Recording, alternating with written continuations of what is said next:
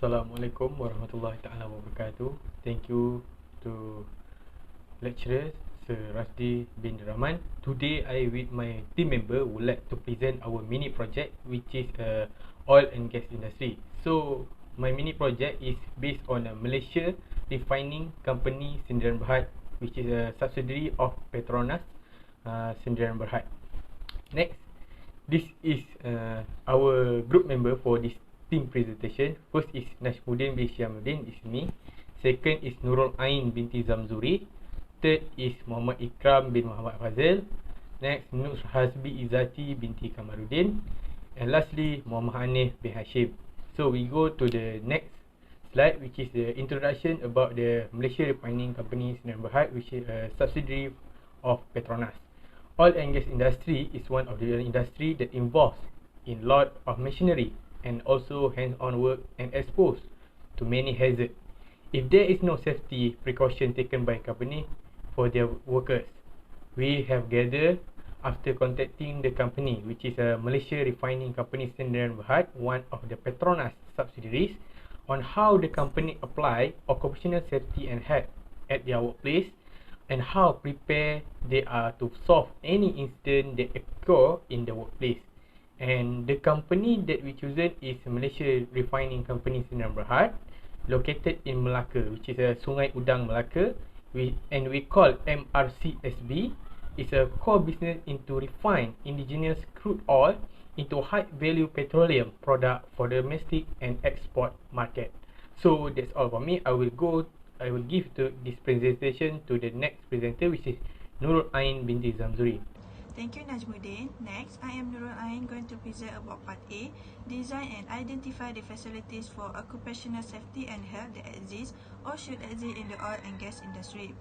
Osha, or Occupational Safety and Health Administration, is the OSH Act that covers private sector employers and their employees, as well as some public sectors employers and employees, to ensure safe and healthful working conditions for working men and women by setting and enforcing standards and providing training, awareness campaigns, education and guidance. Main objective of OSHA is to secure the safety and health and welfare of persons at work against risks to safety or health arising from persons at work activities. The goal of OSHA is to protect employers and their employees from hazards or dangers that are observable or predictable based on knowledge, so that bad things do not happen. Next, we continue with occupational health and wellness. MEM603 also provide their workers occupational illness to monitor and improve their total recordable occupational illness frequency data through stricter compliance with Petronas MCF, specifically element 2.7, which is food and water safety and technical standard on managing communicable disease. Ongoing hearing conservation initiative has resulted in adequate management of occupational noise-induced hearing loss. Next, for health while travelling, the second phase of the Petronas Travel Health Managing Program was launched and rolled out in 2016 with a focus on implementation, monitoring and enhancement, travel health website, pre-trip health advisory, 24 hours medical consultant and medical emergency management service are available to their employees on a business travel or overseas work. In addition, MEM603 also provide the employees health, lifestyle and culture. Petronas facilities conducted health promotion programs to raise awareness of health risks and provide information on exercise, nutrition, substance abuse and smoking. Through their in-house platform clinic HSE dan rakan-rakan, we continue that their series of interactive health talks topics ranging from economics to cancer screening emphasize the importance of preventive actions such as self-assessment, preventive measure and health living. Other than that, Petronas also attend the 2016 Malaysian Business Consortium on HIV and AIDS forums, with more than 30 Malaysian corporations from a variety of industry come together to effectively deliberate on measures to address HIV and AIDS in the workplace. Petronas shares insight into their journey to develop an HIV work policy and their group-wide implementation to ensure that no individual is unfairly discriminated against because of their HIV and AIDS status. Next, for PPE or personal protective equipment, MRCSP provide their employees glove based on the employee's job duties, work environment, and the performance and construction characteristic of glove material. Leather, canvas, and fabric glove can protect hands from dirt, splinter, and abrasions, cut, and heat, but they cannot fully protect against liquids or strong chemical. Other than that, for respiratory personal protective equipment, MRCSB provide respirators to employees if there are hazardous atmospheric conditions in the workplace. To ensure that their employees can use a respirator safely, all employees must undergo a medical examination and fit test before wearing one. That's all from me. Next, I will pass to the next presenter, which is MAHAMAD IQRAM. Thank you. Assalamualaikum warahmatullahi wabarakatuh to sir and my fellow friends. Thank you to the previous presenter, Miss Nurain binti ZAMZURI. My name is Muhammad IQRAM bin Muhammad FADZIL and I will continue this presentation.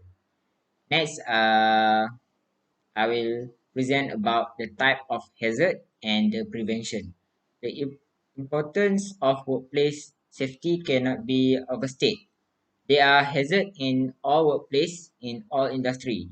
Risk assessment and hazard management are areas that are designed to reduce the risk of those workplace.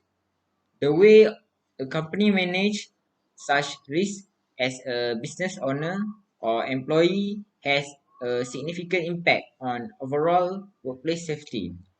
To ensure worker safety, the oil and gas mining industry, like other industry, is required to follow safe work compliance guidelines. Okay, next I will list the type of hazard. There are 5 types of hazard. The first one is explosion and fires. The second one is fall. Third one is chemical exposure. The fourth one is confined space, and the last one is machine dangers. Okay. Next, I will proceed with the prevention of explosion and fire. The procedure is evaluate any specific area or workers who are at the higher risk of flash fire or explosion. Worker performing hot work such as welding may, for example, be exposed to combustible or flammable materials. The next one is equip welders and other workers at risk of similar hazard with equipment such as fit and portable fire extinguisher at their workstation and in nearby areas. The second one of hazard, the second one prevention of hazard is fall, and the procedure is among the precaution that can be taken to avoid this fall is to always use appropriate personal safety equipment for the task and to emphasize its use. The emergency route is indicated by a yellow line. Other unsafe conditions can result from a lack of maintenance. Poorly maintained hydraulic system, for example, can fail, resulting in spill and the release of high pressure flood. Okay, the third one, the type of hazard prevention is chemical exposure. And the procedure is with the most recent technological advancement, gas leak and chemical part can be avoided. The cause of leak can be detected early by using gas leak detection cameras. Thanks to the introduction of cutting-edge technology, a camera known as optical gas imaging (OGI) is capable of detecting leaks of varying size from small to large. Okay, the fourth one is confined space, and the procedure is employees are not permitted to enter confined spaces unless proper training, equipment, and procedure are provided, which is one of the accident prevention measure is confined space. A confined space must be evaluated to determine if it requires a permit. And the last one, the type of hazard prevention is machine danger, and the procedure is employers should then be proactive in adhering to OSHA recommend safety guidelines such as updating necessary equipment, repairing faulty machineries, and applying the necessary safety label and precaution to each one. When project change, reassess the safety signage. And that's all from me.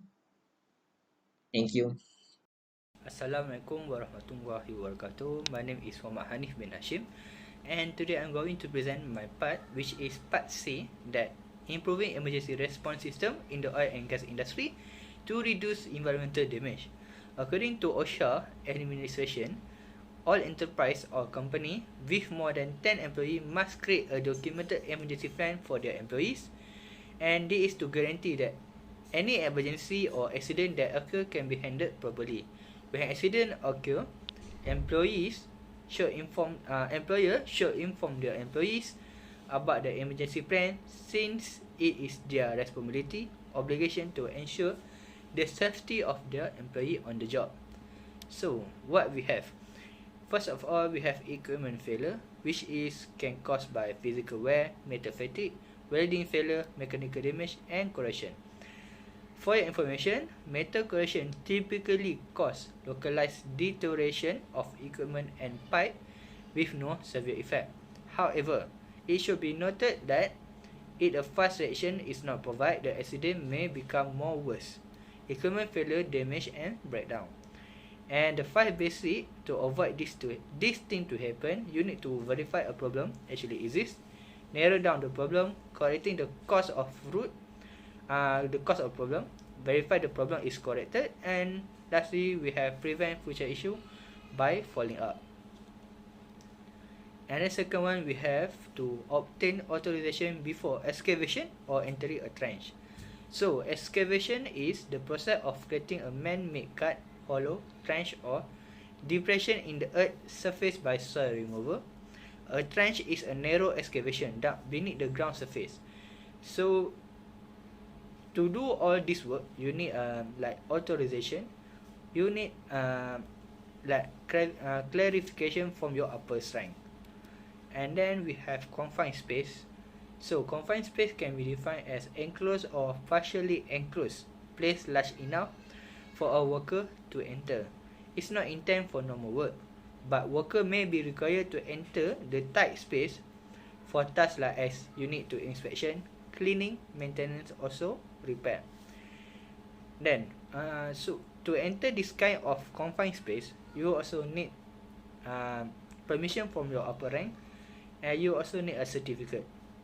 What is example for confined space? Which is storage tank, boiler, ventilation, tunnel and pits, and pipelines. And also we have, do not position yourself under a suspend load. This, before beginning lifting operation, you need to ensure that the area is blocked to prevent individual from working under the suspended weight.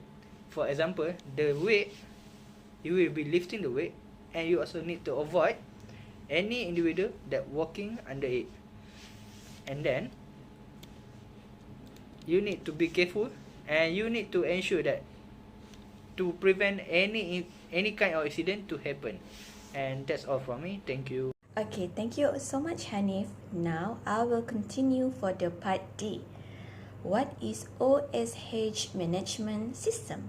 The OSH management system is an effective occupational health and safety system that includes more than simply your health and safety program. It entails combining your health and safety activities and program into your other business operations, as well as health and safety rules, procedures, standards, and records. Next, the purpose of health and safety management system. A health and safety management system are a method implemented by an employer to reduce the risk of injury and disease. This step entails identifying, assessing, and controlling worker risk in all workplace operations. continue the components of safety management system. Number 1 is safety policy. Top management is the main responsible for safety policy. A company's management must develop a policy or set of rules to ensure the security and safety of the environment, as well as describe the technique and procedure for achieving safety goals and organizational structure. Number 2 is safety risk management. Safety risk management entails assessing and mitigating safety threats. The probability and severity of the dangerous consequences are such scale and the hazard, the emerging potential poses such as threat to safety, that rapid mitigation action is essential. For the management must also identify the necessity for and adequacy of new or amended risk controls based on the evaluations of acceptable risk. Number 3 is a safety assurance. All planned and systematic efforts required to provide reasonable confidence that a product, service, organization, or functional system meets acceptable or tolerable safety. In safety assurance, management must evaluate the continuous effectiveness of risks control techniques that have been implemented, as well as support the identification of new hazards. For the safety promotion is the process of communicating, developing, and maintaining safety in your organization. It assists your company in improving safety performance by conveying lesson learned, broader safety knowledge, and disseminating safety management system SMS concept and associate process. Okay, now for the conclusion. To be concluded, occupational safety and health not be treated as a secondary concern in the delivery of services. Workers' health and well-being are crucial aspects of their motivation and job satisfaction, which influence productivity and retention. Health worker safety has an impact on care. Healthy caring for the caregiver should be top priority for the health system success.